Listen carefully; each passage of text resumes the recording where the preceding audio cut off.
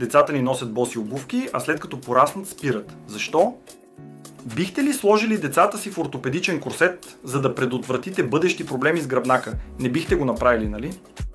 Когато децата ни прохождат, на нас като родители ни препоръчват да ги обуваме с леки и гъвкави обувки и да ги оставяме босоноги възможно най-често.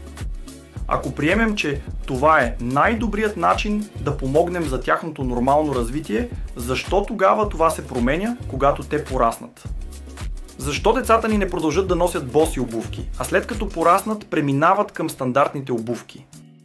Съвременните обувки, които са тежки, тесни и твърди, буквално деформират развиващите се крачета, така че най-логично е децата да продължат да носят боси обувки и след като укрепне тяхното ходене. Крачетата на децата са пълни с хиляди невромедиатори и единствената задача на обувките е да защитават малките крачета, без да влияят на техния усет към земята и света около тях. Голямата част от децата се раждат с здрави крачета, така че да ги запазим такива. Всеки път, когато крачетата на децата ни докоснат земята, започва пренос на информация от тях към малките им мозъчета, които от своя страна са отговорни за движението, координацията, стойката и баланса им.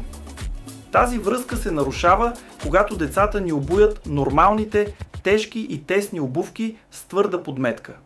От тук идва и забавянето в тяхното развитие. Това, което ви казвам, е да освободите детските крака.